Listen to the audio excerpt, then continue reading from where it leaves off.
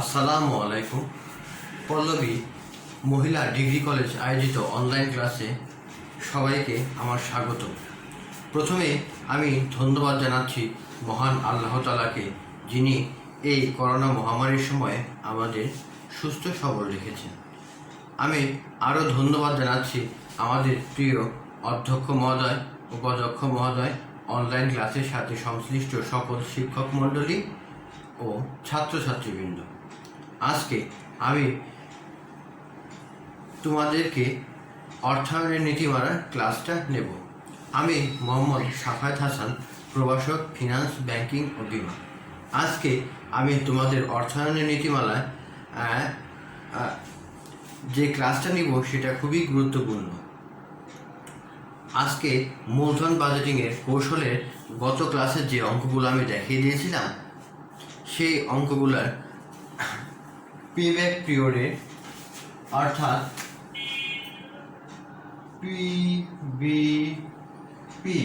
Payback পিরিয়ডের এই অঙ্কটা, ডিসকাউন্ট রেটের যে অঙ্কটা তোমাদের ছিল সেই অঙ্কটা আমি গত ক্লাসে দেখাইনি। আজকে আমি সেই অঙ্কটা দেখিয়ে দেব। এখন আমি তোমাদেরকে এই অঙ্কটা বোঝাচ্ছি, বোঝানোর পরে করাই দিচ্ছি। প্রথমে দেখো, a project initial cost of টাকা 40,000, its expected life 5 years and discount rate 10%.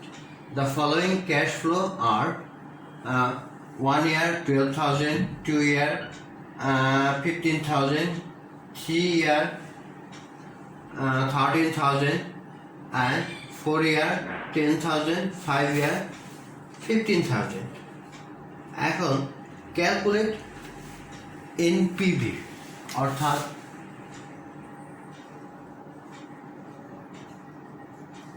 Calculate PBP অর্থাৎ পেব্যাক পিরিয়ড তোমাদেরকে বের করতে হবে। এখন এখানে আছে ডিসকাউন্ট রেট। এই অঙ্কটা নতুন, গত ক্লাসে আমি তোমাদেরকে এই অঙ্কটা দেখাই দিইনি, তাই প্রথমেই আমাদেরকে এই ডিসকাউন্ট রেটের সাহায্যে অঙ্কটা করতে হবে। দেখো, প্রথমে আমি একটা টেবিল আঁকি।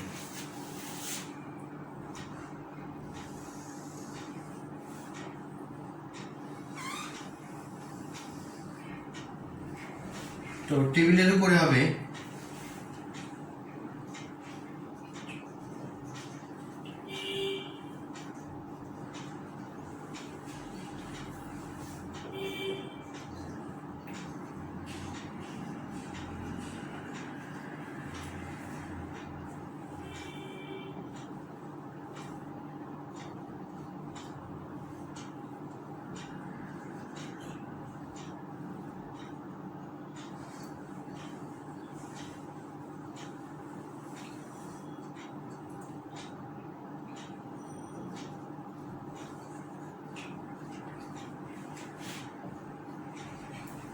অর্থাৎ আমাদের এখানে কিউমুলেটিভ ক্যাশ ফ্লো প্রেজেন্ট ভ্যালুটা বের করতে হবে। তাহলে আমি টেবিলের উপর লিখে নিলাম table for the calculation of cumulative present value. অর্থাৎ আমাদের কিউমুলেটিভ যে প্রেজেন্ট ভ্যালুটা আছে সেটা আমরা এখন এখান থেকে বের করব।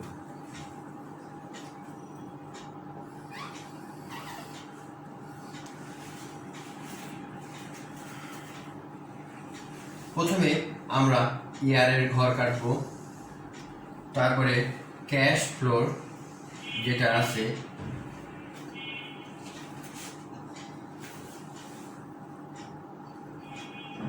তারপরে আছে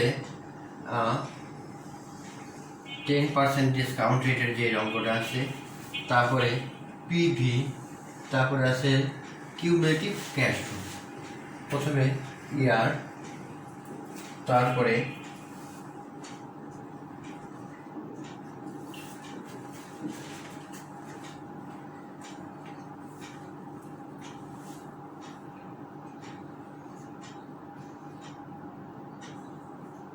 অর্থাৎ ডিসকাউন্ট রেট এটা দেওয়া আছে 10%, পিভি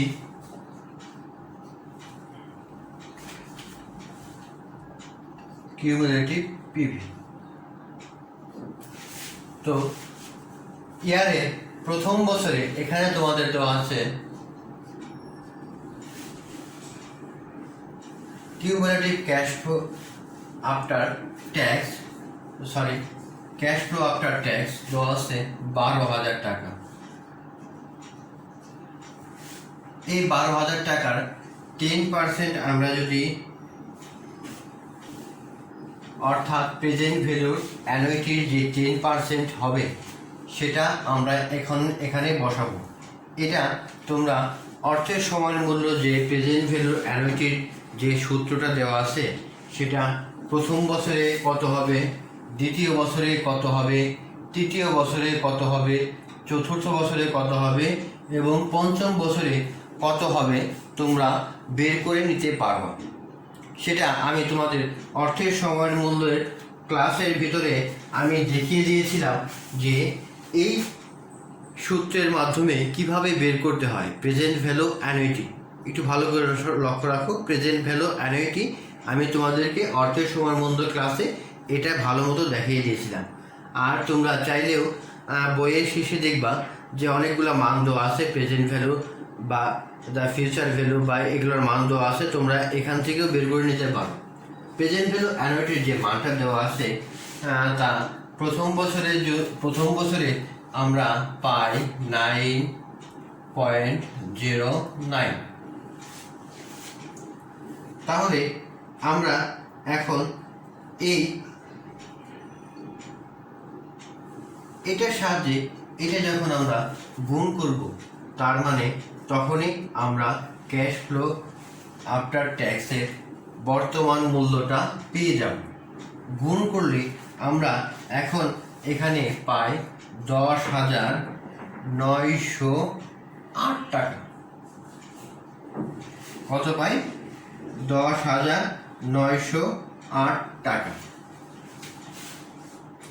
তো তাহলে প্রথম বছরে কিউমুলেটিভ ক্যাশ ফ্লো যখন আমরা এটা পেলাম তার মানে আমার এই টাকাটাই হবে প্রথম বছরে কিউমুলেটিভ ক্যাশ ফ্লো।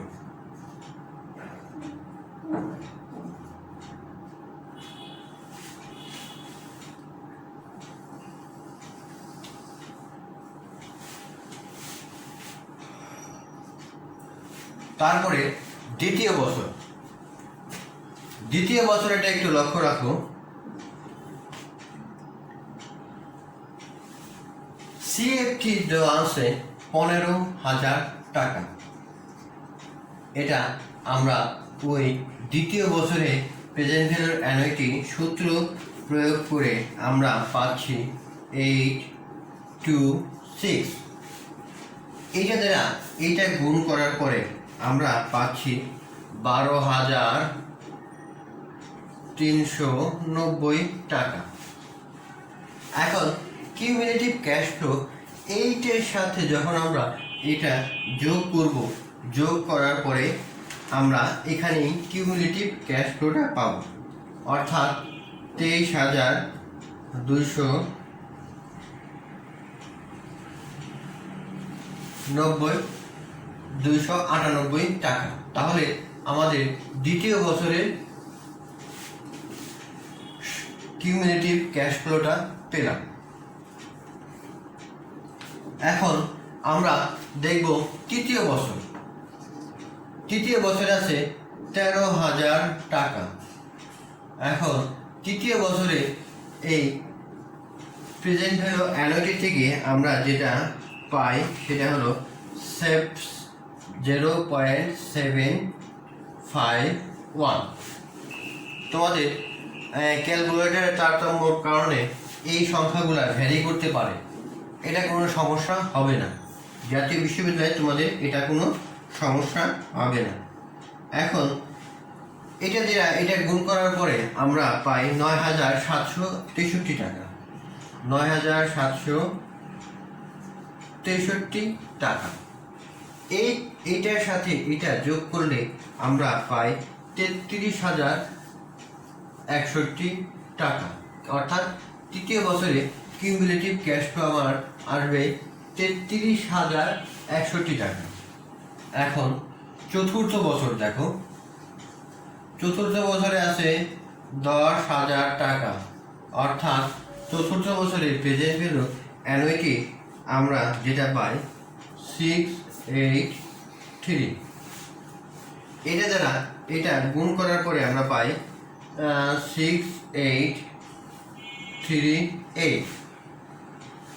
এই 33,061 সাথে এই 6,838 টাকা যোগ করার পরে আমরা পাই 39,891 টাকা।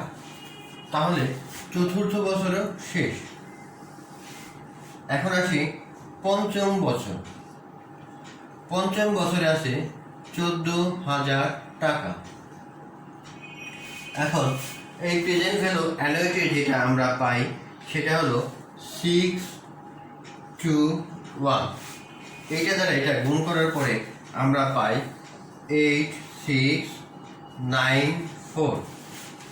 এখন এটার সাথে এটা যোগ করার পরে আমরা পাই 48585। তাহলে আমরা 5 বছরের কিউমুলেটিভ ক্যাশ ফ্লো পেয়ে গেলাম। খুব সহজেই আমরা কিউমুলেটিভ ক্যাশ ফ্লো পেয়ে গেলাম। তাহলে আমরা এখন calculate the pay back period, অর্থাৎ পে ব্যাক পিরিয়ডের যে সূত্রটা আমি তোমাদের দেখিয়ে দিয়েছিলাম সেই সূত্রটা আমি এখন লিখব। এখন সুতরাং পি বি পি সমান সমান A plus NCO minus C divided by D.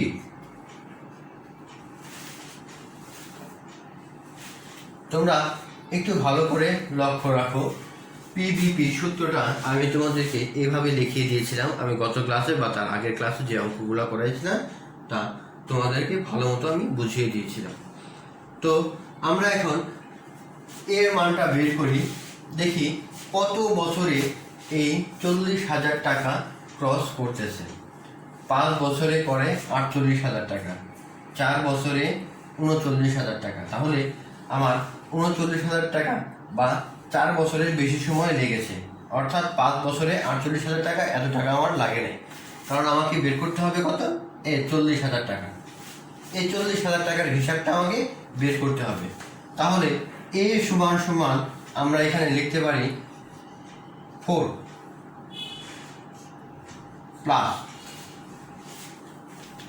NCO net cash flow, সেটা আছে 40,000 টাকা মাইনাস, এখন মাইনাসের বেলায় আমরা এখন সির মান বসাবো। সির মানটা আমরা জানি যে যে বছরে ক্যাশ ফ্লোটা হবে সেই বছরে কিউমুলেটিভ ক্যাশ ফ্লো আমরা ব্যবহার করব। তার মানে এই চতুর্থ বছরের কিউমুলেটিভ ক্যাশ ফ্লোটা এইখানে আসে, অর্থাৎ 39,891 টাকা। এখন আসি ডির মান। ডির মান কত হবে? ডির মান সেটাই হবে, অর্থাৎ যে বছর অতিক্রম করে, অর্থাৎ পঞ্চম বছর, চতুর্থ বছরের পরে যে পঞ্চম বছর অতিক্রম করার বর্তমান মূল্য, অর্থাৎ প্রেজেন্ট ভ্যালু, অর্থাৎ পঞ্চম বছর যেহেতু অতিক্রম করছে এর বর্তমান মূল্যটা এখানেই চলে আসবে। জি, তার ডির মানটা তাহলে এখানেই বলবে 8694। দেখো এখন ক্যালকুলেটরের মাধ্যমে আমি যখন সমাধান করব খুব সহজেই আমি আমার উত্তর পেয়ে যাব। উত্তরটা আসবে 4.01 ইয়ার।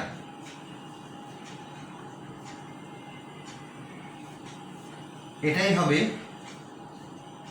অ্যান্সার। এটা ভালো করে লক্ষ্য রাখো।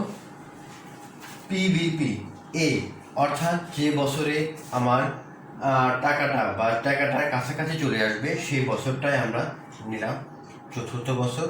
তারপরে এনসিও অর্থাৎ নেট ক্যাশ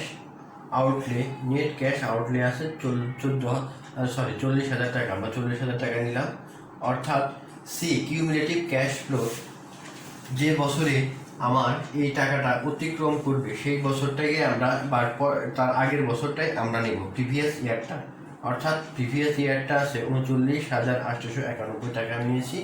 তারপরে আরটা হলো যে বছর, ডি হলো যে বছরের টাকাটা বর্তমান মূল্য, এই বর্তমান মূল্যটা আমি নিলাম। নেওয়ার পরে ক্যালকুলেটর বা নেওয়ার পরে আমি যখন সমন্বয় করার পরে আমি পেলাম কত, 4.01 ইয়ার, অর্থাৎ 4.01 বছরে আমার এই 40,000 টাকাটা আমার কাছে রিটার্ন চলে আসবে। তাহলে এই খুব সহজেই আমি এই প্রজেক্ট থেকেই আমার এই পেব্যাক পিরিয়ডটা বের করতে পারলাম। তাহলে খুব সহজেই তোমরা আরেকটু অঙ্কটা একটু ভালো করে লক্ষ্য রাখো। দেখো, আমি তোমাদেরকে বলে দিচ্ছি যে প্রথমে একটা অঙ্ক দেওয়া ছিল, অঙ্কের থেকে আমরা প্রথমে কিউমুলেটিভ প্রেজেন্ট ভ্যালুটা বের করে নিলাম। কিউমুলেটিভ প্রেজেন্ট ভ্যালু টেবিল থেকে বের করার পরে আমরা সূত্রের সাহায্যে পেব্যাক পিরিয়ডটা সহজেই বের করতে পারলাম।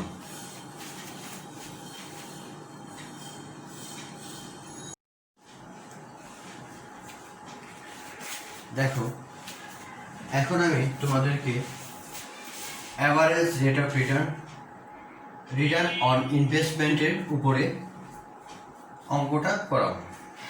অঙ্কটা খুবই সোজা, তোমরা এই অঙ্কগুলা ভালো মতো বাসায় প্র্যাকটিস করবা, কারণ তোমাদেরকে পেব্যাক পিরিয়ড, ROI, তারপরে আরও যে অঙ্কগুলো আছে তোমাদেরকে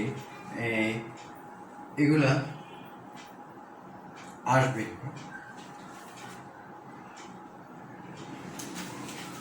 তো আমি এই অঙ্কটা ফার্স্টেই আমি তোমাদেরকে বোঝাচ্ছি, বোঝানোর পরে আমি করাই দিচ্ছি। প্রথমে দেখো, a new machine which cost টাকা 80,000, it is estimated that the machine have a life of 7 years and salvage value of টাকা 3,000. Tax rate is 40%. Calculate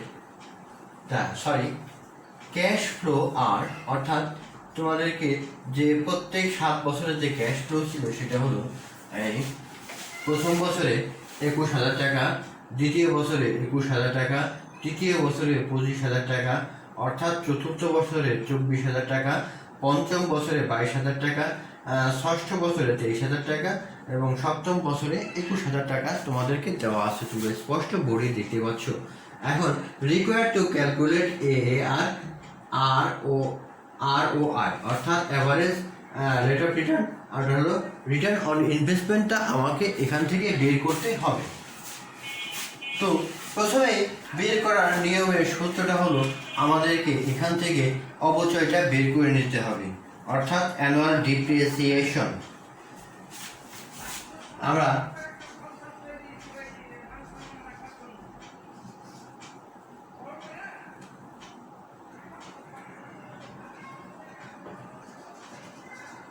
annual DEP সংক্ষেপে দেখলাম, ডিপ্রিসিয়েশন।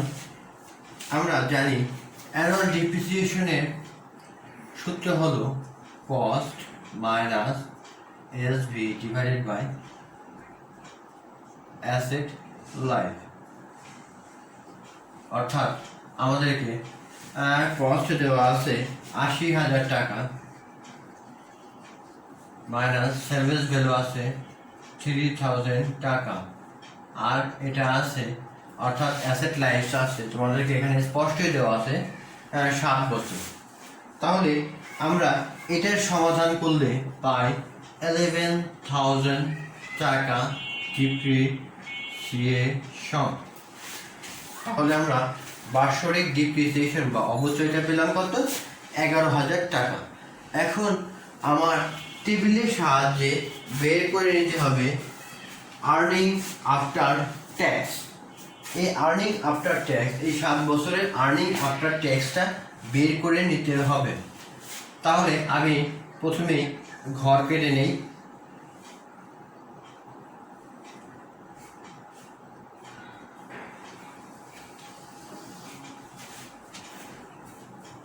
ঘরের উপরে অবশ্যই তোমরা এটা লিখবা profitability table.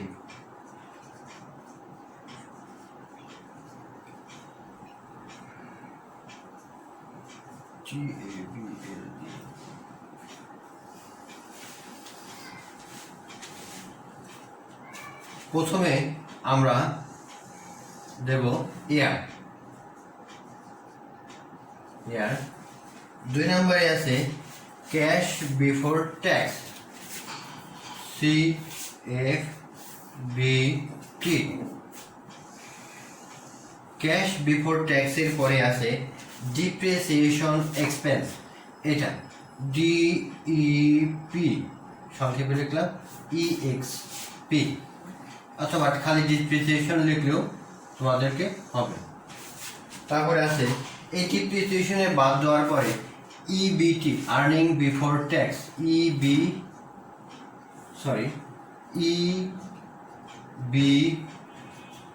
Earning before tax. এখন আর্নিং বিফোর ট্যাক্স থেকে আমরা যখন ট্যাক্স রেটটা বাদ দিব, তাহলে আমরা আর্নিং আফটার ট্যাক্স TAX 40%, দেখো এখানে উল্লেখ করে দেওয়া আছে ট্যাক্স 40%। তারপরে আর্নিং আফটার ট্যাক্স দেখো একটু। তাহলে আমি প্রথম বছরে শুরু করছি। প্রথম বছর ক্যাশ বিফোর ট্যাক্স ছিল 21,000 টাকা, ডিপ্রিসিয়েশন আসছিল কত?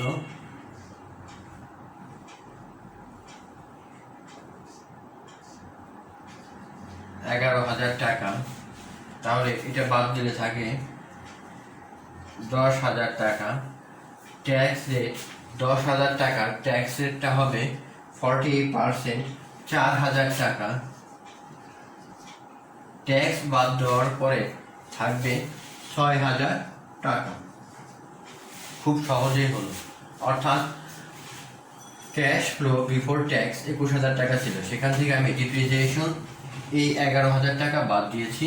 তারপরে আর্নিং বিফোর ট্যাক্স আমি যখন এই 21,000 থেকে ডিপ্রিসিয়েশন বাদ দিব, তখন আমার আর্নিং বিফোর ট্যাক্সটা পাবো। আর্নিং বিফোর ট্যাক্স থেকে ট্যাক্স রেটটা বাদ দিলে আর্নিং আফটার ট্যাক্স পেলাম। তাহলে প্রথম বছর আমার শেষ। এখন দ্বিতীয় বছর 21,000 টাকা, এখানেও ডিপ্রিসিয়েশন 11,000 টাকা, আর্নিং বিফোর ট্যাক্স 10,000 টাকা, আগের মতোই এখানেও 4,000 টাকা। আর এখানে আবার আর্নিং বিফোর ট্যাক্স এটাও আসবে 6,000 টাকা।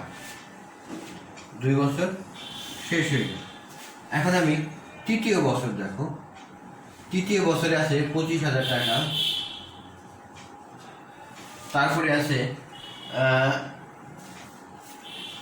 ডিপ্রিসিয়েশন আছে 11,000 টাকা, এটা বাদ দেওয়ার পরে পাই আমরা 14,000 টাকা।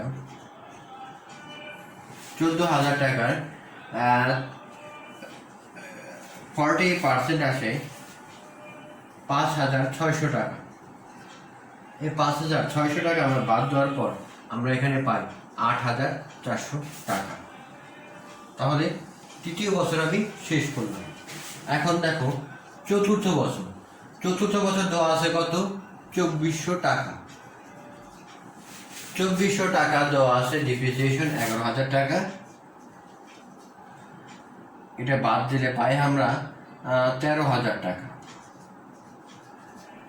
13,000 টাকার 40% আসে 52,000 5200 টাকা। এটা থেকে এটা বাদ দেওয়ার পরে আমরা পাই 7800, অর্থাৎ 7800 টাকা।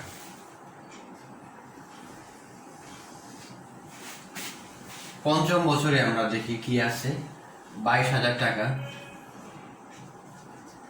11,000 টাকা আমার ট্যাক্স ডিপ্রিসিয়েশন, তাহলে থাকে 11,000 টাকা। 11,000 টাকার 40% আসে হলো 6600, 11,000 টাকা 40% আসে 4,400 টাকা। তাহলে এটা থেকে এটা বাদ দেওয়ার পরে 6600, 6,600 টাকা। তাহলে পঞ্চম বছরে আমরা পেয়ে গেলাম। এখন আমরা দেখব ষষ্ঠ বছর। ষষ্ঠ বছরে কত আছে? 23,000 টাকা। তার মানে এখানে ডিপ্রিসিয়েশনটা ওই 11,000 টাকাই হবে। প্রত্যেক বছর ডিপ্রিসিয়েশনটা সমান হবে। এখান থেকে বাদ দিলে পাই 12,000 টাকা।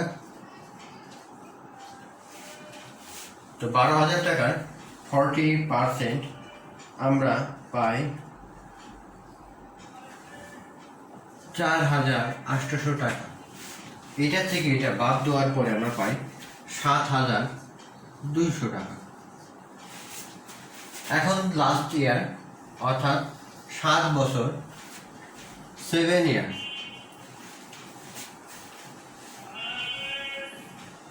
7 ইয়ারে একটু দেখো, 7 ইয়ারে ছিল 21,000 টাকা। 21,000 টাকা। এখান থেকে ডিপ্রিসিয়েশন 11,000 টাকা বাদ দেওয়ার পরে আমরা পাই 10,000 টাকা।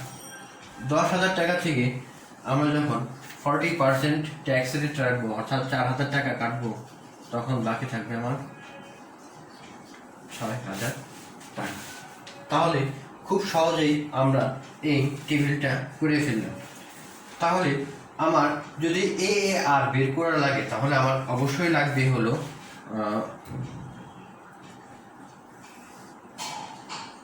অর্থাৎ টোটাল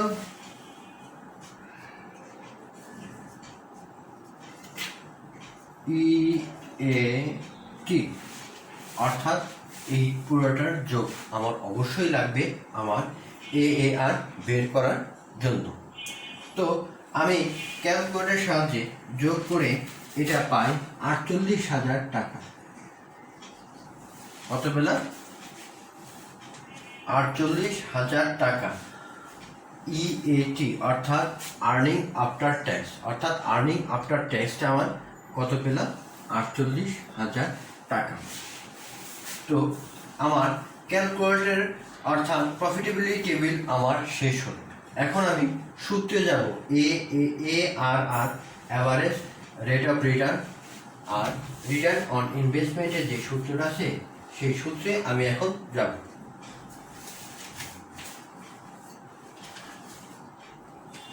তাহলে আমি এটা মুছে দিচ্ছি।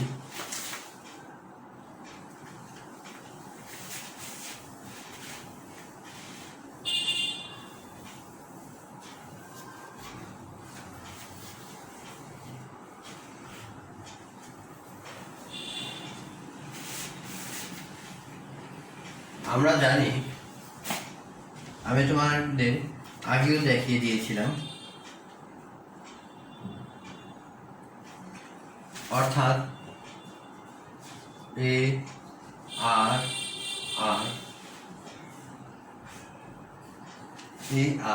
এর সূত্রটা হলো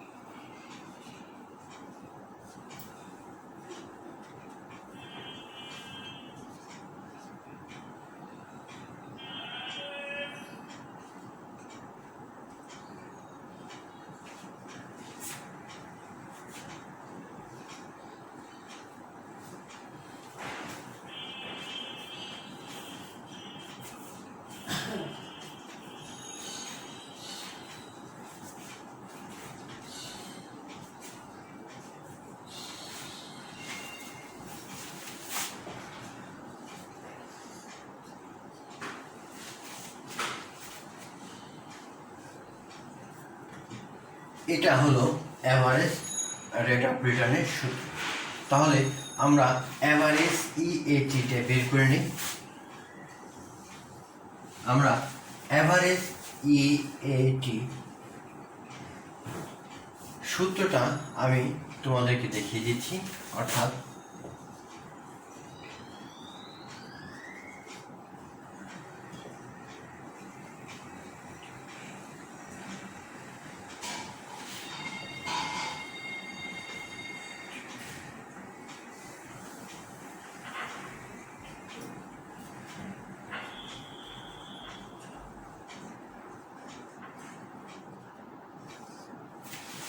অ্যাভারেজ আর্নিং আফটার ট্যাক্স এর সূত্র হলো total EAT earning after tax divided by asset life. অর্থাৎ আমাদের টোটালটা বের হয়েছিল এই 48,000 টাকা,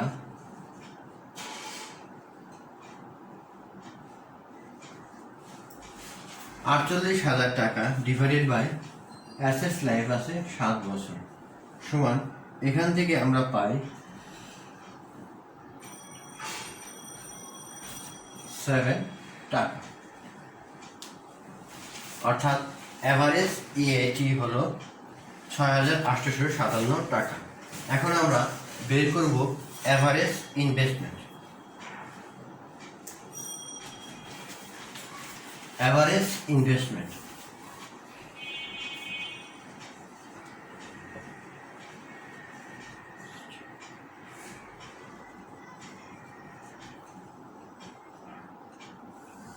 অর্থাৎ অ্যাভারেজ ইনভেস্টমেন্টের সূত্র হলো কস্ট প্লাস এসভি মানে সেলস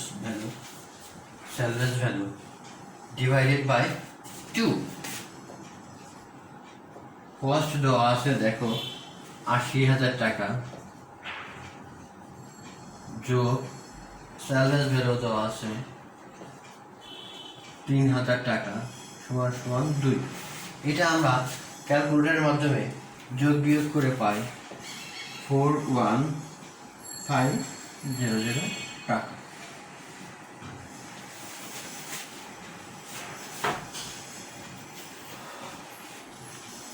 তাহলে আমরা এখন খুব সহজে এটা বের করতে পারবো। অ্যাভারেজ ইএটি হলো কত? 6,857 টাকা ভাগ অ্যাভারেজ ইনভেস্টমেন্ট দেওয়া আছে 41,500 টাকা।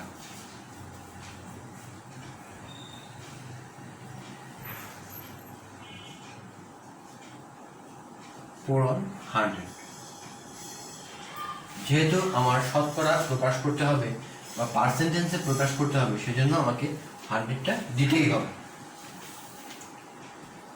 দেখো আমি এটার সমাধান করে ক্যালকুলেটরের সমাধান করে পাচ্ছি 16.52%। অর্থাৎ অ্যাভারেজ রেট অফ রিটার্ন হলো 16.52%।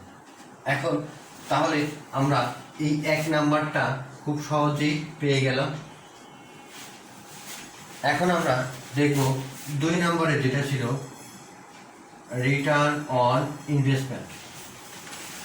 তাহলে সুতরাং আর ও আই অর্থাৎ রিটার্ন অন ইনভেস্টমেন্টে যে সূত্রটা আছে সেটা আমরা এখন দেখি। এই সূত্রটা হলো অ্যাভারেজ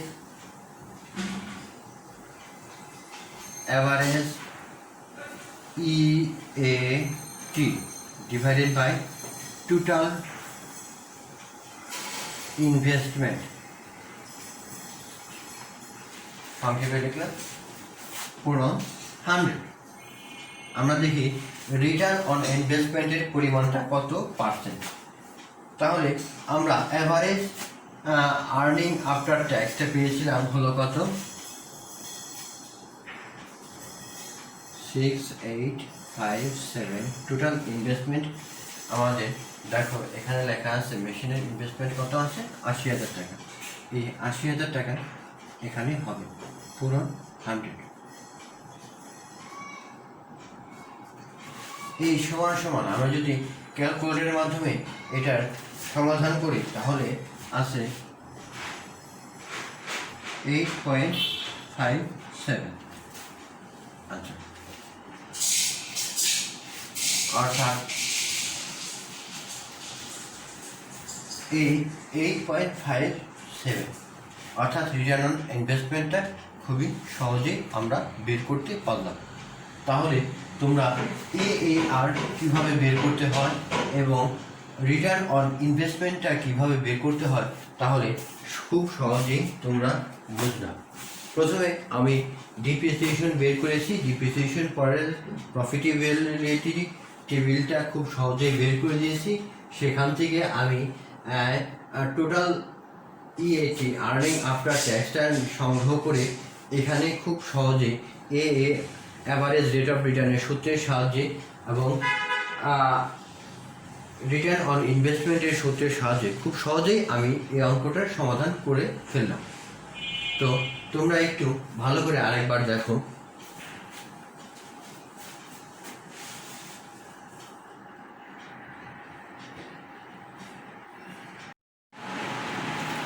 এখন আমরা এই অঙ্কটা সম্পর্কে জানব। এটা হলো পেব্যাক পিরিয়ড এবং পেব্যাক রেসিপ্রোকাল যে অঙ্কটা ছিল সেটা আমি এই অঙ্কটা তোমাদেরকে এখন করে দেখাবো। দেখো অঙ্কটা আগে তোমরা বুঝার পরে আমি করে দিচ্ছি। Initial cash outlay of A project is টাকা 50,000. The expected annual equal cash flow over the next 5 years life are টাকা 50,000 and tax rate is 35,000. Required PBP অর্থাৎ আমাদেরকে পেব্যাক পিরিয়ড বের করতে হবে এবং পেব্যাক রেসিপ্রোকালটা বের করতে হবে। তোমরা একটু অঙ্কটা আরেকবার ভালো করে দেখো।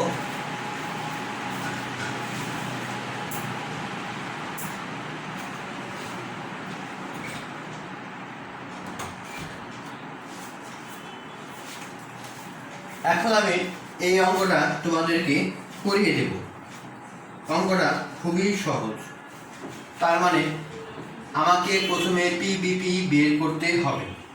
আচ্ছা, পিবিপি বের করার নিয়মটা আমি তোমাদেরকে দেখা যাচ্ছি, অথবা এখানে দেওয়া আছে, দেখো হেয়ার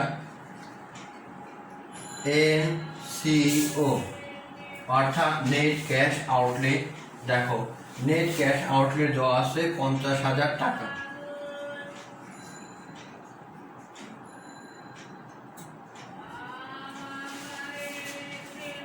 তারপরে কি দেওয়া আছে, সি ক্যাশ বিফোর ট্যাক্স দেওয়া আছে 15,000 টাকা, অর্থাৎ CFBT দেওয়া আছে কত, 15,000 টাকা। তাহলে আমাকে CAT অর্থাৎ ক্যাশ আফটার ট্যাক্সটা বের করতে হবে। সেটার নিয়ম তোমরা একটু দেখো। অর্থাৎ NCB অর্থাৎ CFAT বের করার নিয়ম,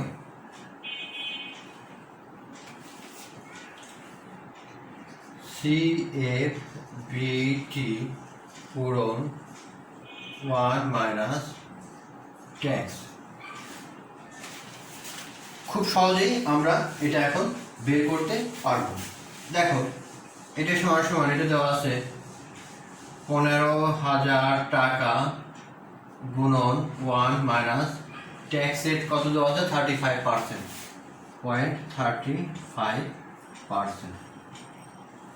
অর্থাৎ আমরা এটা ক্যালকুলেটরের সাহায্যে গুণ করলে আমরা সহজেই প্রায় 9750 টাকা।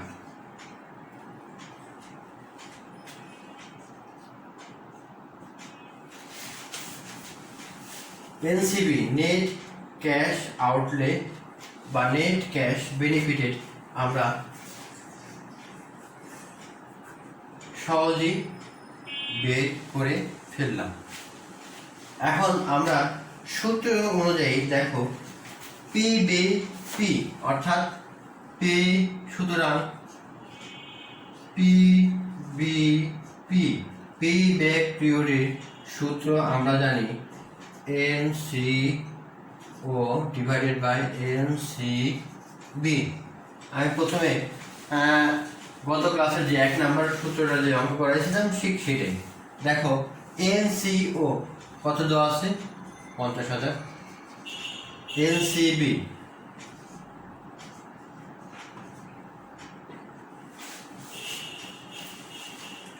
খুব সহজেই আমরা অঙ্কটা করতে পারবো। এটা যখন আমি পাবো তখন 5.13 ইয়ার, অর্থাৎ খুব সহজেই এই অঙ্কটা আমার হয়ে গেল। অঙ্কটা একটু আরেকবার দেখো যে আমি এনসিবি যখন আমি বের করলাম, এনসিবি বের করার পর পে ব্যাক পিরিয়ডের সূত্রটা লিখলাম। সূত্রটা দিয়ে এখানে যোগ বিয়োগ করার পরে আমরা খুব সহজেই এই অঙ্কের অ্যান্সারটা পেয়ে গেলাম। এখন যেহেতু 1 নম্বরে আমার পিবিপি পেয়েছি, এখন আমি 2 নম্বরে যাই, অর্থাৎ পে ব্যাক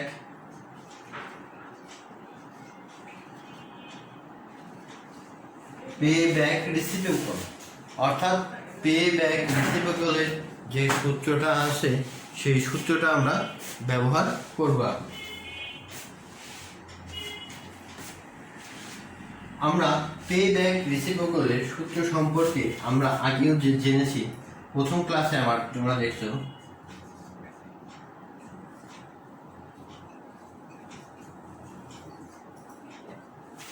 অর্থাৎ 1 divided by pay back period পূরণ মাল্টিপল 100। আমরা 1 পে ব্যাক পিরিয়ড পেয়েছি 5.30 পূরণ 100, অর্থাৎ এটা দ্বারা আমি যখন এটা ভাগ করব তখন আমি 19.5%, অর্থাৎ পে ব্যাক রিসিভেবল আমার হলো 19.5%। পে ব্যাক পিরিয়ড হলো 5.30 ইয়ার, আর পে ব্যাক রিসিভেবল হলো 19.5%। তোমরা একটু অঙ্কটা ভালো করে দেখো।